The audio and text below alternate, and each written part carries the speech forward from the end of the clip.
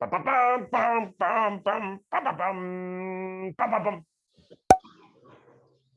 There you go. Hi. That's the Jayden soundtrack. Have you got your own soundtrack? Do you have any music you sing when you need to come into a room or something? No. No? Do you want to make one up right now? Something dramatic, exciting. What do you think? Some exciting music. Jayden is Uh, here. I think that's sort of the thing that superheroes do. Oh, can you give me an example? Like don't have any fear. Superman is here or something like that. It sort of Oh, rhymes. oh, so you come into the room and say, "Have no fear because Jayden is here," like that. No. You should start doing it when you go to school, when you go to the hospital, doctor, everywhere. Have no fear, Jayden is here. Every single day. Now, Jayden, I've got some questions for you. And actually, the first question is all about these things. I want you, because I don't really need glasses. These just keep my eyes from becoming tired. But I wanted to ask you if I could give you some special high tech, like Tony Stark, Iron Man glasses that could do anything in the world, what kind of glasses would you like to have? Okay, let me think.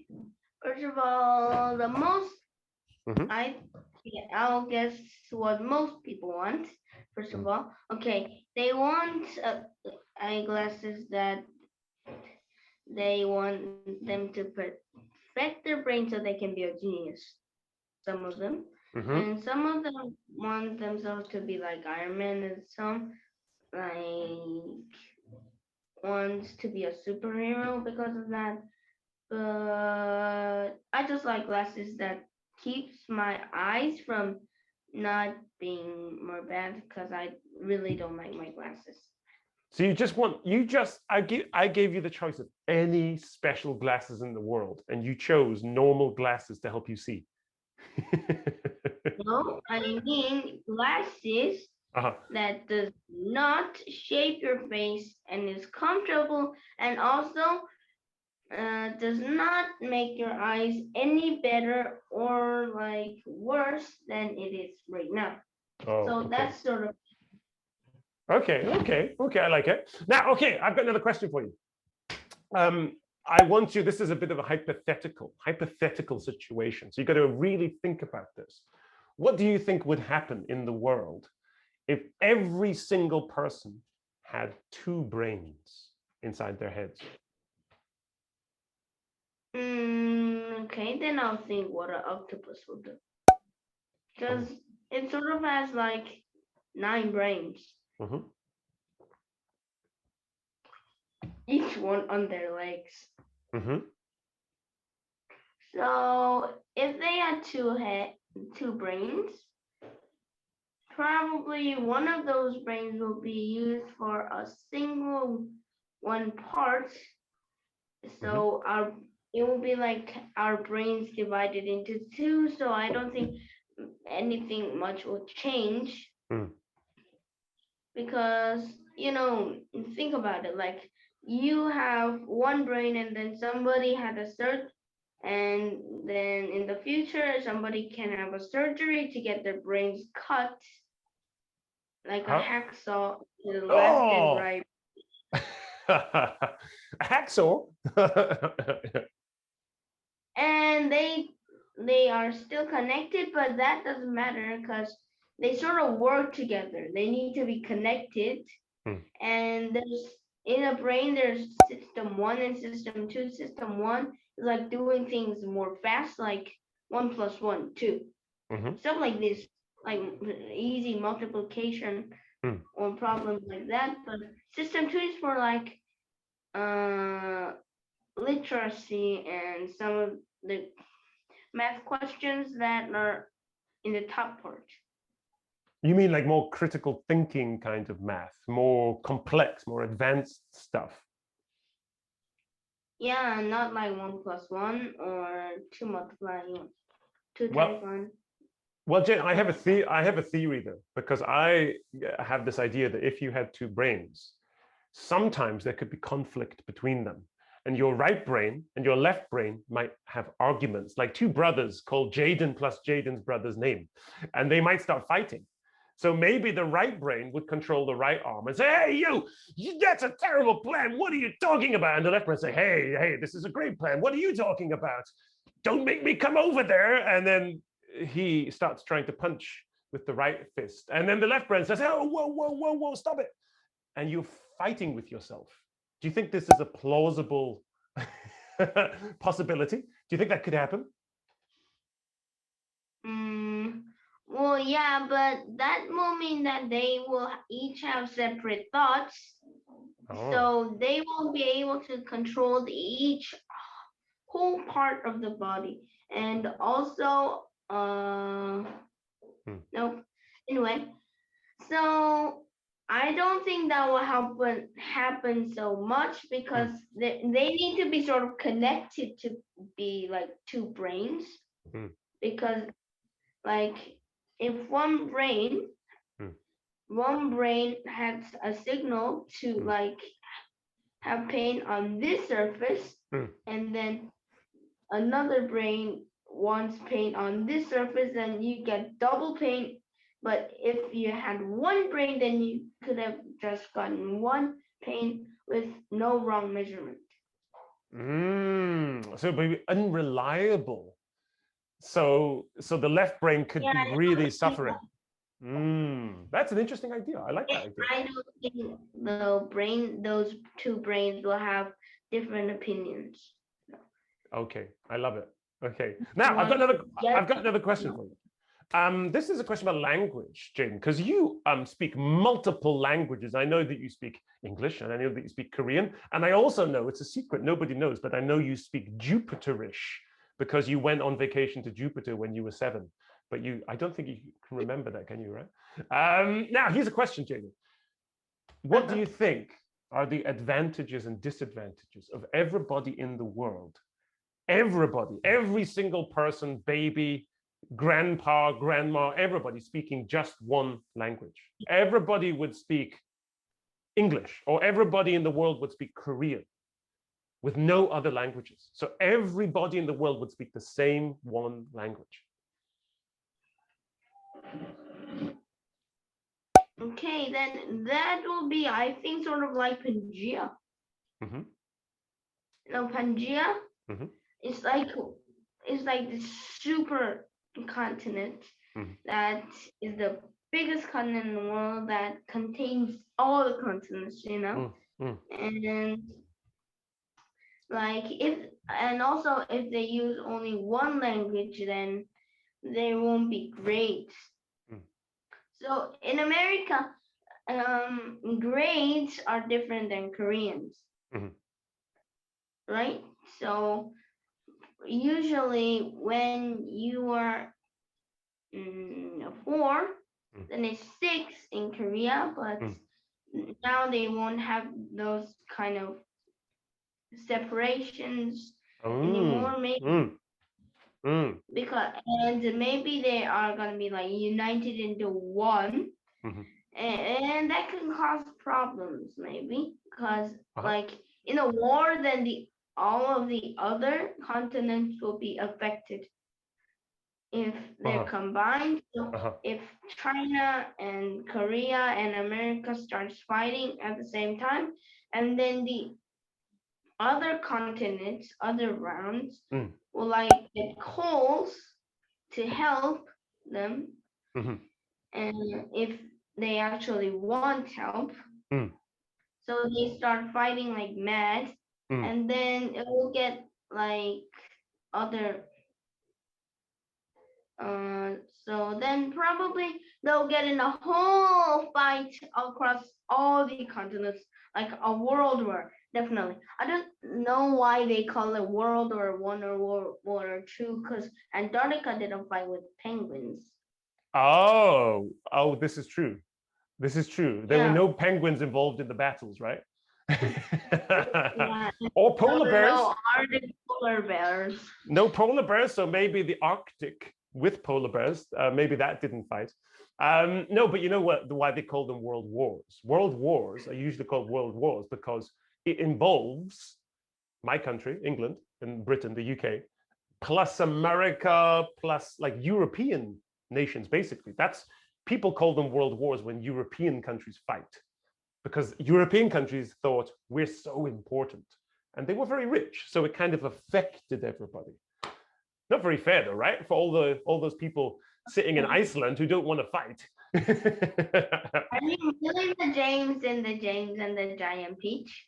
Oh, did you ask, am I really James from James and the Giant Peach? Yeah. Yes, I am. Yes, that was me. Inside that giant peach floating. And I have a question. Yeah, what's your question? Then you were lying, cause you said you had an older brother, and James didn't have an older brother. Oh no, I just my brother said, don't write about me in the story. Don't let them mention me in the story, because he has a secret job. He's actually he works in a toilet paper factory. And he makes toilet paper, but he's too embarrassed to tell everybody he works in the toilet paper factory. So he said, don't let anybody know you have a brother called because they'll find out that I work in the toilet paper factory and I make the pink toilet paper, which nobody wants because pink is a strange color for toilet paper. Does that answer your question? Okay, but I don't think it's you who wrote the book. Oh, you're very difficult to trick. Usually when I trick people, I just start talking about something totally random and different, and then they forget the original question, but you're too smart. You're too intelligent to trick, Jayden. I've got the eyebrow. This is my tricking eyebrow, but it's not working. Now, Jayden, no, I'm not really James from James and the Giant Peach. I wasn't even born when James and the Giant Peach was written. So I would have to be about 100 years old to be the real James and the Giant Peach. But Yeah. not really. Now, I've got another question for you, man. It's about you. What's your biggest passion in life, Jayden? What do you love in life? Science. Mhm. And I'm not you are not including the families, aren't you? Like, because Ooh. everybody loves them, sort of. Well, you could talk about family. Yeah, I love my family. But how about subject? Yeah, talk about science. You said you love science. You have a passion for science. What kind of science? Physics and about the universe and stuff. Tell me something fascinating that you learned or you want to know about physics. Okay, do you know about neutron stars? Tell me what you know and why they're so important and fascinating and significant. I wrote it about it in a book, but a neutron star is a star that in the crust, when a star explodes, like a normal star, not a neutron star, why does it explode? Because the sun actually doesn't. That's because stars more massive than the sun can hold heavier elements like iron and stuff, but the sun like can only hold lighter stuff like hydrogen.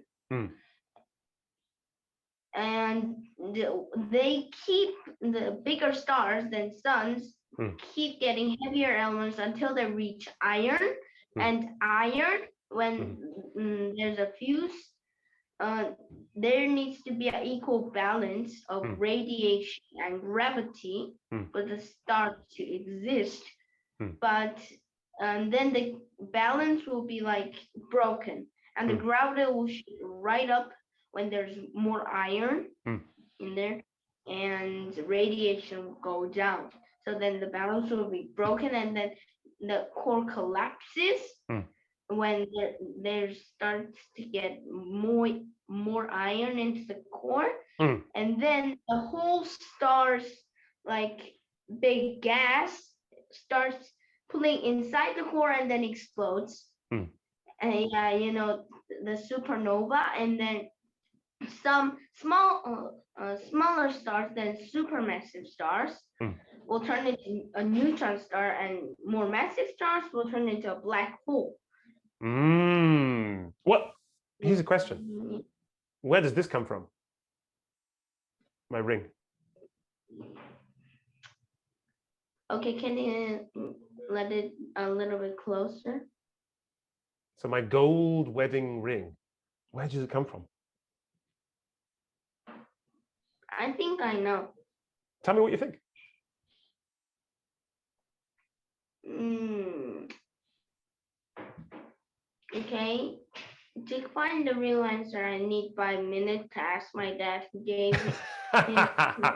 Well, have a little think. So we just talked about neutron stars and sometimes stars that will explode. And you talked about when a star explodes, it heats up, right? And it starts producing those elements. It starts creating, the atoms start colliding. You get hydrogen molecules, helium molecules. Yeah, no, it comes from a kilnova. Uh-huh. Is it real gold? Uh, Well, I hope so. of course, a neutron star can have twin stars that spins around until they collide eventually, and then they explode like another supernova, except that it's called a kilnova this time. And I didn't explain about this, but a neutron star is sort of like a planet. The atmosphere and a crust and a liquid core. And in the crust, you can see sort of like nuclear pasta that it maybe is the strongest material in the universe. But inside there is like they are squeezed together with the pressure, the gravity. So that's why they are like this, maybe the strongest element in the universe. When in a kilonova, it's sort of like munches up together again to make super heavy elements like gold and other stuff like that. So usually gold comes out of a kilonova, and in a book, somebody lied about gold floating in space, but actually that's true. He thought he lied, but in fact that was true. Oh, so he just made it up and it ended up being true.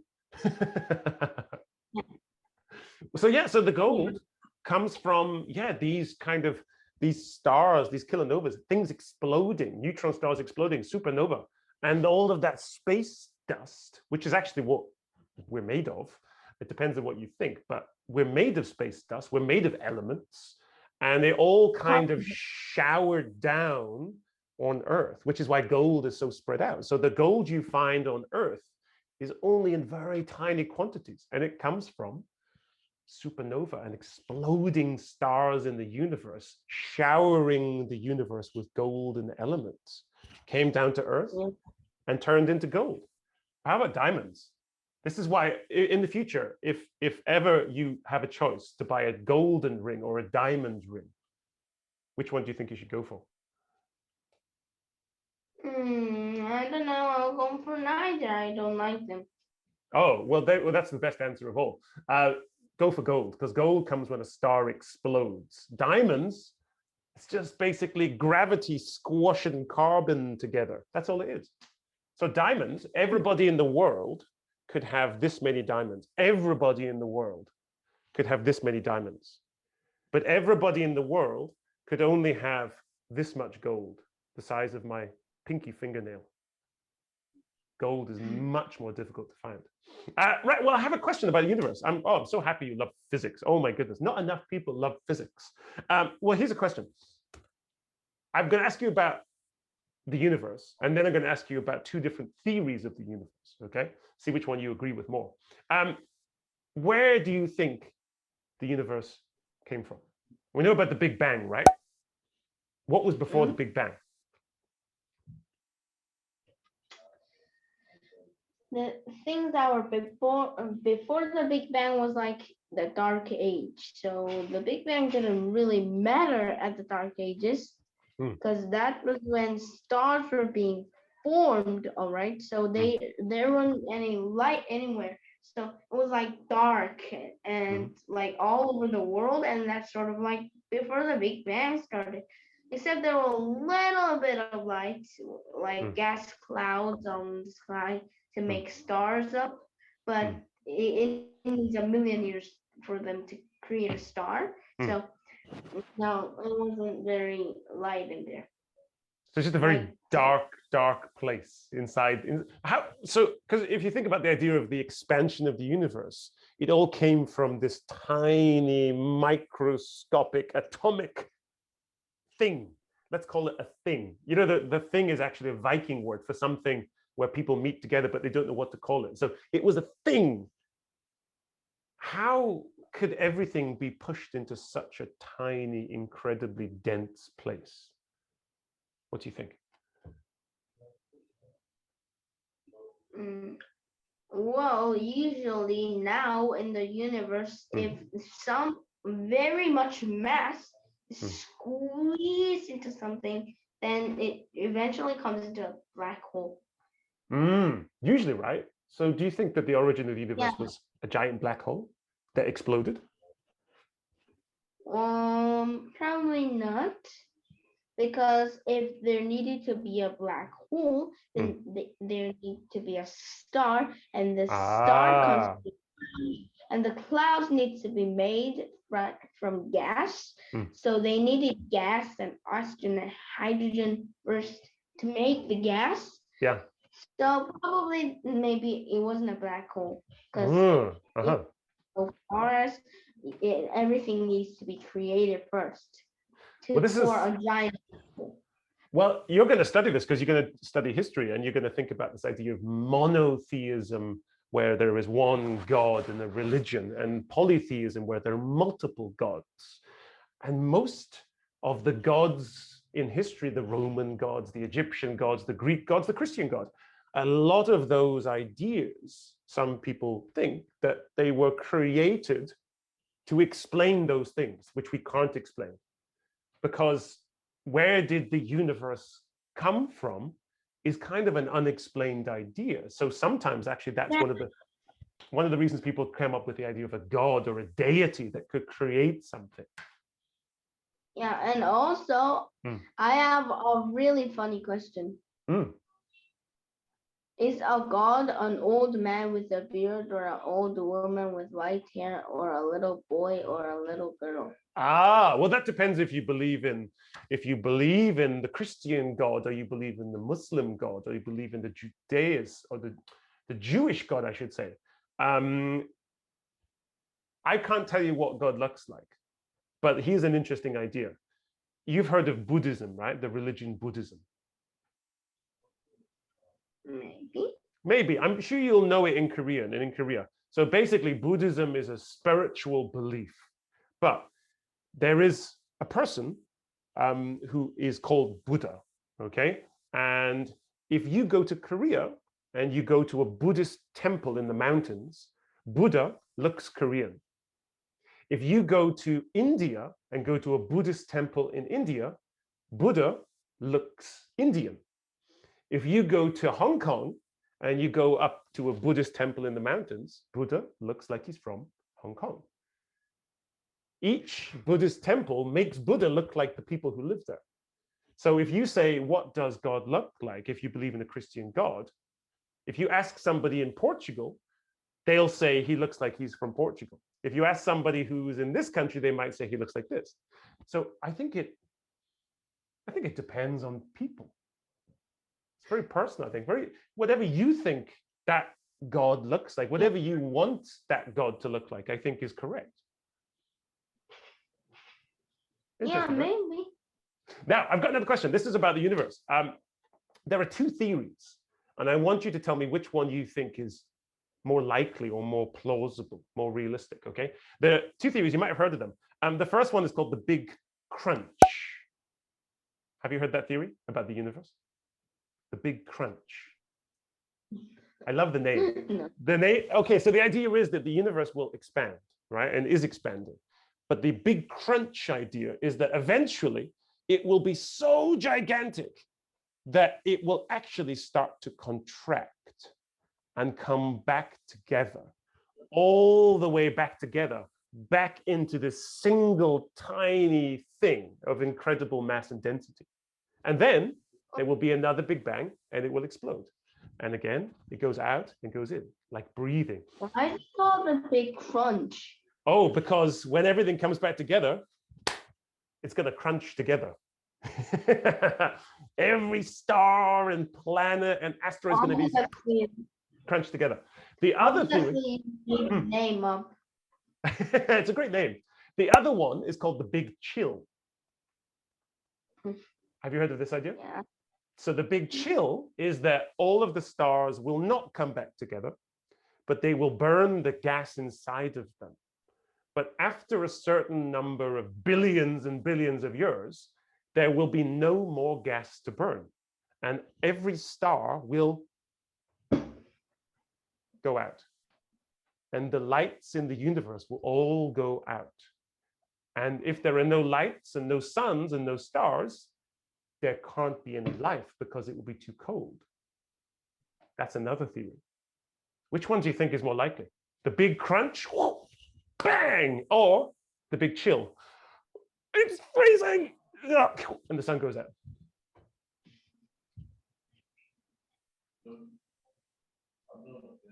What do you think? Okay.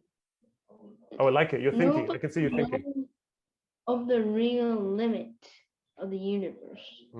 So those are eventually theories, which means, so I don't think the big crunch is very right, but I don't think I think the big chill probably is right, but I don't think it's the right name scientists call it right now. But I have another theory of my own. So it actually contains both. Sort of. Tell me. So maybe if the growing, well, nobody actually knows the limit of the universe, and also expanding itself. So do you think if there's no limit, then it could just go bigger and bigger and bigger? Oh. Stop, maybe. So if there's no limit, then why do you stop? Well, this is an interesting idea, right? Because you always think about, it's all about gravity, right? It's all about gravity. But also now this idea of dark matter, which composes so much of the universe. And there's this idea that the dark matter is kind of like, like Spider-Man when he shoots his web. And there are holes in the web, but it keeps everything pulled together like glue. It's very sticky. And the idea that the dark matter is the thing that holds everything in place. It expands like a spider's web, but there may be a limit to how much it can stretch, or there may not. That's what's cool about it, right? Because we don't know. Nobody has any idea. So you might be right. Oh, I could be right. Somebody else could be right. Universe has edges that are connected with dark matter. Then probably nobody actually knows what dark matter is exactly. So it's maybe just a theory, but if really it's stretch and stretch and stretch, if to be no limit, it will have to be like pushed with a human mind with mind super strategy. So have you ever like had a lump of clay and you do like this and always it outstretches, and even when you try to make the line a little bit more thicker than before, you always fail, right? Yeah, and it eventually cuts down. So if dark matter actually needs to be like that, then actually the dark matter needs to be squashed and squashed in. Well, it's interesting you mentioned it. There needs to be more and more of it. It's interesting you mentioned, Jayden, because you said like the edge of something. So if I think about like my mouse, and there is an outside and there's an inside. But here's the really interesting thing for humans, because humans are born and die. We have a beginning and end, and we know there are edges to things. There is an outside, but there's also the idea that if the universe actually is infinite, that there is no edge. which is really difficult for humans to think about because we think about things with edges and lines and shapes. But the idea that there isn't an edge of the universe and then nothing. Okay, but Hmm. but if that's actually true, then scientists won't have a theory of the universe expanding. In fact, so if there's like no edge, like the edge, the edges, the length between these edges need to grow. That's what's called expanding. They're doubling, but if there's no edge, then doubling won't matter. Exactly. But I have a little bit of theory. Maybe they are talking about maybe the universe don't want any edges, and so like maybe they're talking about stars spreading. Oh, could be. Maybe there's like a black space and the universe is not expanding, it's there, it's not expanding. You can like maybe the stars and planets are forming everywhere. Maybe that's why it's called the universe is expanding. Well, Jayden, one of the reasons I love studying history, because I study history at university, and I love history because I actually think that science and physics is like history, because when you look out into the sky at night and you see stars far away, we think, oh, there's a star, but it's not. That's the star from 1,000,000 years ago, 1,000,000,000 years ago, and the light is just reaching us. So it's all history. I love the idea that we see the past, which is really cool. So like that, it may be a little bit amazing, but if you look through a telescope to look at a very powerful telescope and look at the star right now, then you're actually seeing millions of it years ago. Exactly. Or something. If it's like 1,000,000 light years away, then you're looking at it about 1,000,000 light years from now. Because for its light to reach Earth, it needs a sort of long time. Oh, but absolutely. If you look through a telescope and actually see it then it's sort of like a time warp. And time is actually very interesting too. So sort of like this. Can you imagine? So like a boy had an opinion of wanting to be a scientist.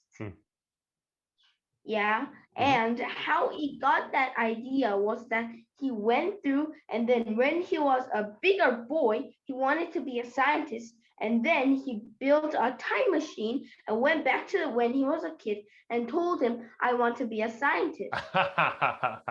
Then the boy wants to be a scientist and then goes back again. And sort of that time is actually pretty interesting, but it can cause errors.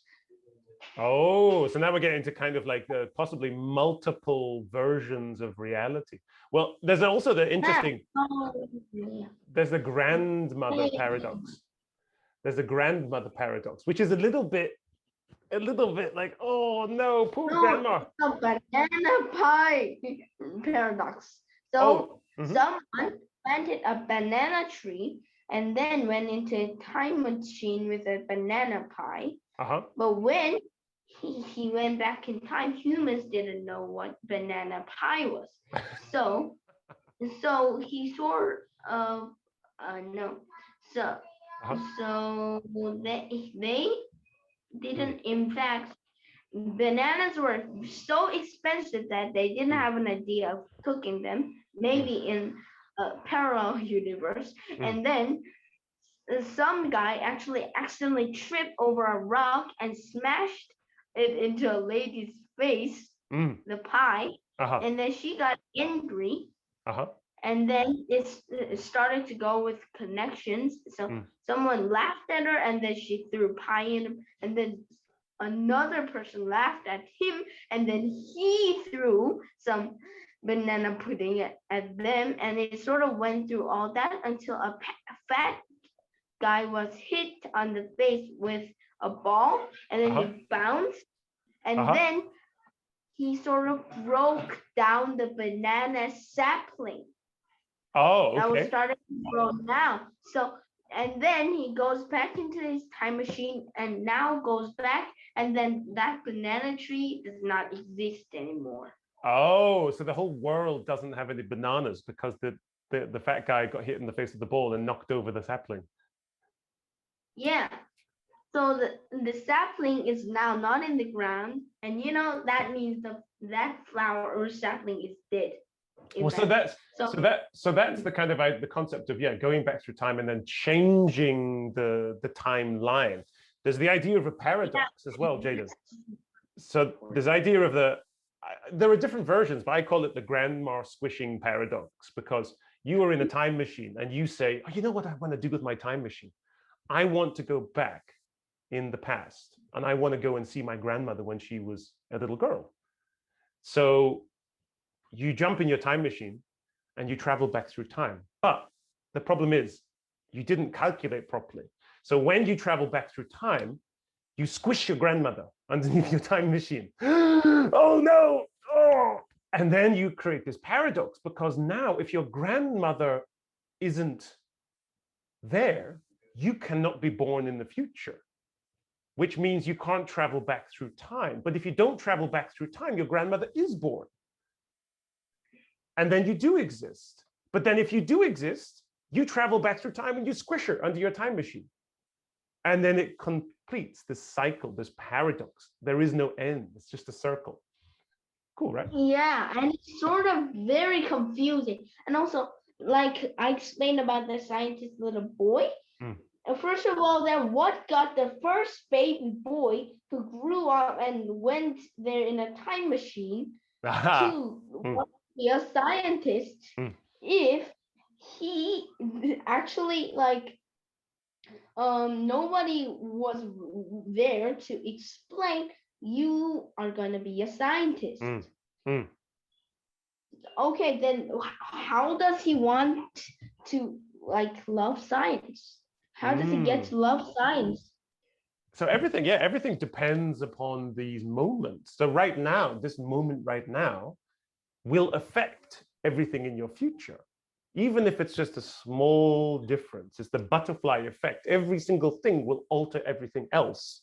Now, Jayden, I've got one more question for you. Oh my goodness, I love talking with you. You're such a fascinating kid. Now, here's a question. Completely different subject, okay? But I'm going to make you the president tomorrow for one day. Okay, now presidents have this special power. It's called executive power, where they get to just do something and nobody can argue with it. They get to be a little bit of a dictator for one day, okay? And they can make 3 decrees, 3 decisions. They will change 3 things in a country. So you're going to be the president tomorrow, and you can make 3 decrees with your power in Korea. You can change anything you want in Korea tomorrow. What are you going to change? Well, you can't actually say I'm gonna change the whole Korea, because now it's separated now. So well, let's say South Korea then. Yeah, South Korea, because we can't sort of put it together, because they sort of think that if we put it together, then we are going to take over it and ignore their ideas. They think everyone should have a fair share of money, no matter how much they are lazy. But we think it depends on how they work. If they're lazy, then they won't get any money, or will have a comfortable place to live in and spend their lives. But if they work hard to achieve their goals, then they will probably get a good result. What do you think is more correct? Oh my goodness. I won't get feelings because I didn't even choose an opinion yet. No. Oh my goodness. Well, what a very sensible, mature way to talk about it. I think you're absolutely right. I think that South Korea and North Korea, it has to be involved respect, because the worst thing in the world, it's like I have a little dog. You know Youngin Teacher, right? I'm sure you've seen his video. So Youngin Teacher is tiny. But when I take him outside and he wants to sniff something, if I pull him this way, he pulls that way. His instinct is to pull against it because he doesn't want to be pulled this way. He doesn't want me to make him do something. So he pulls that way. So I have to try to guide him away respectfully. So I think you're absolutely right. I think South Korea will become the most influential Korea. So I think South Korea and North Korea will unite, and I think South Korea will be the more powerful Korea. I think they already are. But you're absolutely right. You have to respect North Korea when you do it. You can't just tell them, hey, we're going to be the boss. You guys come here, listen to us, do what we say. Nobody likes that. Nobody wants that. Right? Yeah, this probably is gonna cause a war again. I don't want it.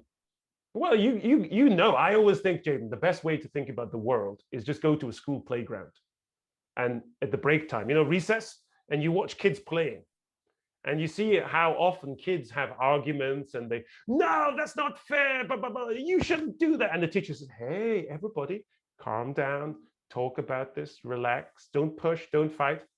But you can't tell a world what to do. They're gonna push you over the sea or like shoot you with a gun. Well, it's true, but I think that the emotions and the feelings that kids have are the same emotions and feelings that adults have. We're still human, but we just learn how to control our emotions more. So